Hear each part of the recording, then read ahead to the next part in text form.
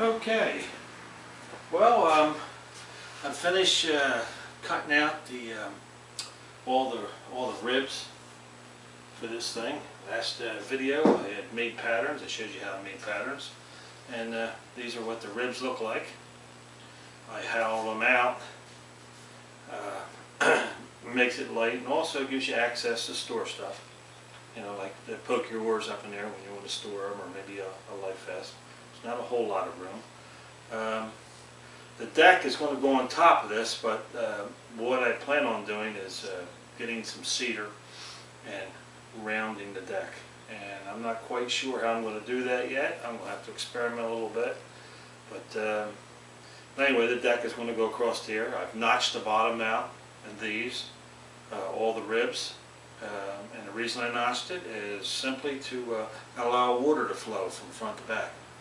So if I do get water in it, which inevitably we will because it's a boat, it's a kayak type boat, hopefully I won't flip it, but I want to be able to get the water out so it wouldn't be blocked up or dammed up behind the rib. I'm going to go ahead and fiberglass these in place today, and before I fiberglass them in place, I want to paint these notches with fiberglass resin and seal them off. And the reason I want to do that is this is not marine plywood, it's just a standard plywood I got at Home Depot. And I want to make sure it's sealed all the way around. So in event that it gets wet, you know, it won't come apart.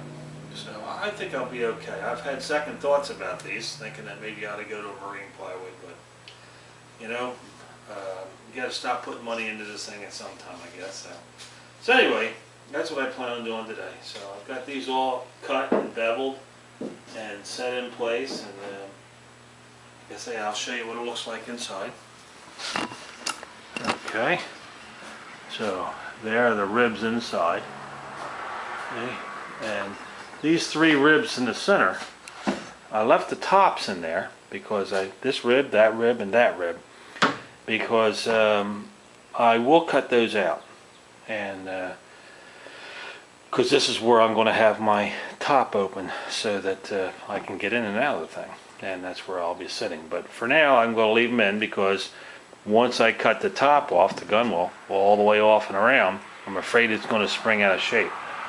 So I've decided that this is what I'm going to do. I'm going to rough it up a little bit, and fiberglass and seal these in place. Okay, just the bottom. I'm just going to fiberglass it up to the side here, up to the side, all the way up to about here. I'm going to fiberglass it in with some epoxy resin and fiberglass cloth. And this is the epoxy resin that I'll be using. That's the stuff I used on the boat.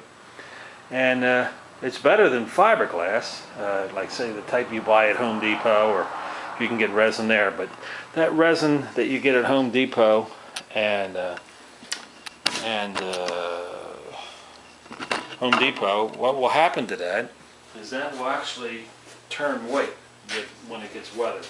Now this has been out in the weather for a couple of years now, and it has turned a little bit, but it just needs to be cleaned up, and it will come up real nice and clear. So this epoxy resin doesn't turn white. It's easy to work with.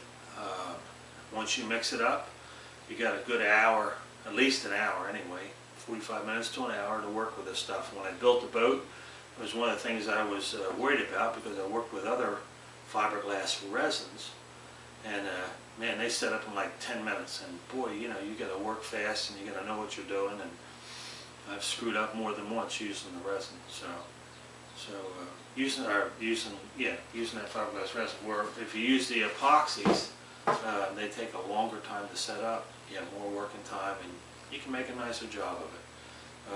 I haven't done a whole lot of fiberglassing, but if you plan on making a canoe, I highly recommend you use the epoxy, because it sure makes your life a lot easier. So that's about it for this tape. See you next one. Wish me well.